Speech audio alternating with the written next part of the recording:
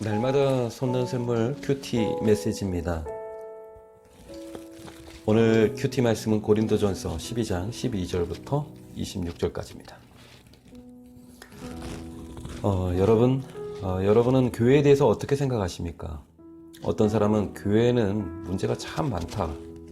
또 어떤 사람은 교회나 세상이나 다를 게 없다 라고 말합니다. 또 어떤 사람은 교회가 세상의 유일한 소망이다 라고 말하기도 합니다. 여러분은 교회에 대해서 어떻게 생각하십니까? 나름대로의 의견이 있으리라 생각합니다. 그러나 만일 참된 성도라면 중요한 게 하나님은 교회를 어떻게 바라보시느냐, 어떻게 생각하시느냐. 나의 생각보다 더 중요한 건 하나님의 관점이 아닐까요? 이 땅 위에 하나님이 직접 세우신 공동체가 두 가지입니다. 하나는 교회고 하나는 가정입니다. 이 둘의 공통점은 생명을 잉태한다는 점입니다. 가정은 육의 생명을, 교회는 영의 생명을 잉태하는 것이죠. 하나님은 이 땅에서 죽어가는 사람을 살릴 유일한 구원의 방주로 주신 것이 교회라는 겁니다. 물론 연약한 인간이 모인 곳이라 완전하지는 않습니다. 그러나 교회를 통한 하나님의 구원의 역사는 지금도 교회를 통해서 계속 진행되고 있다는 것입니다. 하나님은 건강한 교회가 바로 이 땅의 유일한 소망이라고 생각하십니다.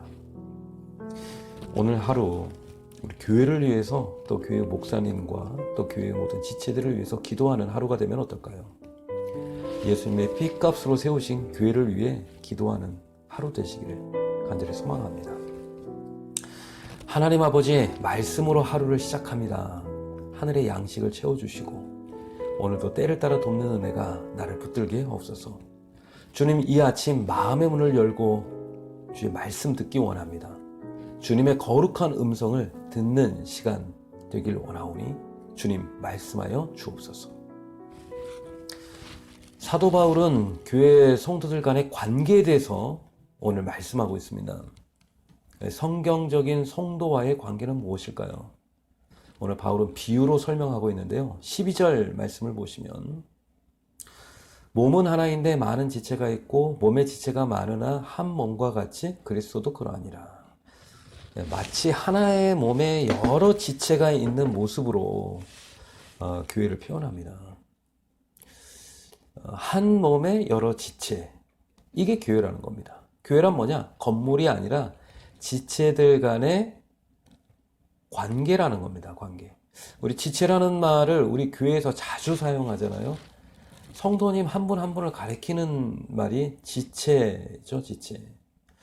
우리 교회 모든 지체들을 위하여 기도합니다 할 때 지체가 무슨 뜻입니까? 성도님을 가리키죠. 근데 원래 지체의 뜻은 뭡니까? 신체 기관을 우리가 보통 지체라고 하잖아요. 그래서 지체장애, 지체장애인. 그래서 손이 없으면 손지체, 다리 없으면 다리 지체장애 이렇게 쓰잖아요.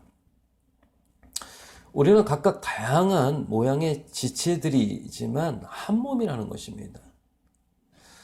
우리는 본질적으로 하나라는 거예요. 13절 말씀 보십시오. 고린도 교회 성도들은 출신이나 혈통, 신분이 다 달랐습니다. 우리가 유대인이나 헬라인이나 종이나 자유인이나 다 다르다는 겁니다. 그러나 다 성령, 다 한 성령으로 세례를 받아 한 몸이 되었다는 겁니다. 우리는 한 몸 공동체를 이룬다. 왜냐하면 한 성령으로 세례를 받았기 때문에 또 한 성령을 모시고 살아가는 성도가 되었기 때문에 우리는 한 몸이다. 한 가족이다. 우리는 하나님의 가족이잖아요. 바울은 이렇게 교회에 대해서 성도들의 관계에 대해서 이렇게 말하고 있는 것입니다. 어쩌면 교회는요, 직장이나 사회 조직에 가깝기보다는 가정의 모습에 더 가깝다고 할 수 있습니다. 그래서 때로는 교회가 비교적 비체계적일 수 있어요. 또 엄격한 제도나 엄격한 규율로 사람을 통제하지 않아요. 보통 자발적인 은혜로 운영되는 경우가 참 많아요. 그래서 사회 조직보다 속도가 느리고 전문성이 떨어지는 경우가 있어요. 왜냐? 연약한 지체를 기다려줘야 되고 또 섬기면서 함께 다 같이 가야 되니까요. 사회에서는 실수를 하면 징계와 책임을 묻잖아요. 근데 교회에서는 책임을 묻기도 하지만 더 중요한 게 은혜와 용서를 강조할 때가 많아요. 예. 한 몸, 한 가족, 한 몸 공동체, 예. 그런 의미인 것이죠. 적용 질문 드릴게요. 교회의 부족함이나 비체계적인 모습으로 실망하거나 판단하는 마음을 가진 적이 있습니까? 한 몸 공동체를 이루기 위해 내가 다른 지체를 위해서 할 수 있는 선한 일은 무엇입니까? 네, 적용하시고 결단하시기 바랍니다. 20절 말씀을 보시면 20절 이제 지체는 많으나 몸은 하나라. 바울은 주님의 교회는 한 몸이다. 그러나 한 몸에 여러 지체를 두었다. 그래서요, 교회 성도는 지체의식이 있어야 됩니다. 지체의식. 21절이요. 눈이 손도로 내가 너를 쓸데없다 하거나 또한 머리가 발도로 내가 너를 쓸데없다 하지 못하리라. 무슨 뜻입니까? 네, 교회에서는 잘난 척 하지 말라는 것입니다. 즉 지체마다 크든 작든 각자의 역할이 있다는 겁니다. 교회에는 눈 역할을 하는 사람도 있고 손 역할을 하는 사람도 있고 입 역할을 하는 사람도 있다는 겁니다. 모두 각자 자기의 역할이 있어요. 교회에서는 잘난 척 하지 말고 잘난 척을 하려거든 동창회 가서 하라.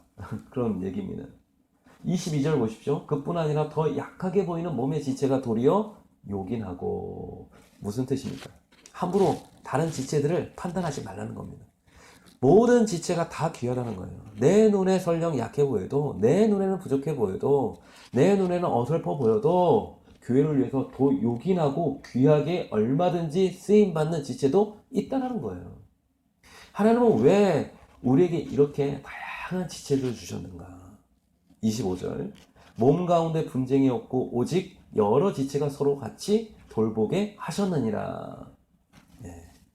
몸된 교회에 분쟁과 다툼이 없이 모든 지체가 서로 돕고 돌보게 하려고 이런 다양한 지체를 주셨다는 것입니다. 지체마다 특징이 있습니다. 훌륭한 지체, 잘난 지체, 연약한 지체, 부족한 지체, 상처받는 지체 있고요. 또 눈치 없는 지체들도 있습니다. 그런 지체들을 서로 돌보게 하셨다는 겁니다. 오늘 바울의 메시지는 이겁니다. 지체의식을 가지고 서로 섬기는 게 진짜 지체다. 그런데 고린도 교회는 자기 은사가 크다고, 자기 체험이 많다고, 자기가 복을 많이 받았다고, 자기 사역이 더 영향력이 있다고 다투는 일이 많았어요. 고린도 교회의 문제가 뭔지 아세요? 그 문제는 결국 하나입니다. 성숙하지 못하다는 겁니다. 성숙하려면 반드시 해야 할 게 있어요. 그건 뭐냐면 훈련입니다. 훈련. 말씀 훈련, 기도 훈련, 순종 훈련, 감사 훈련, 시선 훈련, 섬김 훈련. 이런 훈련이 없으면요, 성숙할 수가 없는 것입니다. 적용 질문 또 드릴게요. 성도라면 몸된 교회를 향한 지체의식이 있어야 합니다. 내가 섬기고 돕고 기도해야 할 지체가 있습니까? 성숙한 성도가 되기 위해 내가 꾸준히 연단해야 할 훈련이 있다면 무엇입니까? 고린도 전서를 통해서 계속해서 우리에게 주시는 메시지가 있는데 그것은 결국 하나입니다. 도대체 성숙한 성도란 뭐냐는 겁니다. 오늘 성숙한 성도는 지체의식을 가진 사람이다. 연약한 지체를 위해서 섬기는 것이 진정한 성숙이다. 연약함, 부족함, 누군가의 실수와 또 잘못된 것을 보았다면 판단하고 잘난 척할 게 아니라 그 영혼을 위해서 기도와 섬김, 그것으로 그 지체를 세워가는 것이 진정한 성숙이라고 성경은 말하고 있는 것입니다. 성숙을 향한 열망과 도전을 마음속에 품고 오늘도 승리하는 하루가 되시길 바랍니다. 함께 기도하시겠습니다. 주님, 세월이 갈수록 더욱더 예수님을 닮기를 원합니다. 예수님의 성품, 예수님의 사역, 예수님의 말씀, 예수님의 삶을 다 담기 원합니다. 주님께서 겸손과 섬김의 본을 보여주셨사오니 오늘도 주님 따르며 섬김과 사랑의 삶을 살게 하옵소서. 교회 지체들에게 덕과 은혜를 끼치는 성숙한 성도 되기를 원합니다. 오늘도 믿음과 지혜를 주시고 성령 충만한 하루가 되게 하여 주옵소서. 예수님의 이름으로 기도드립니다. 아멘.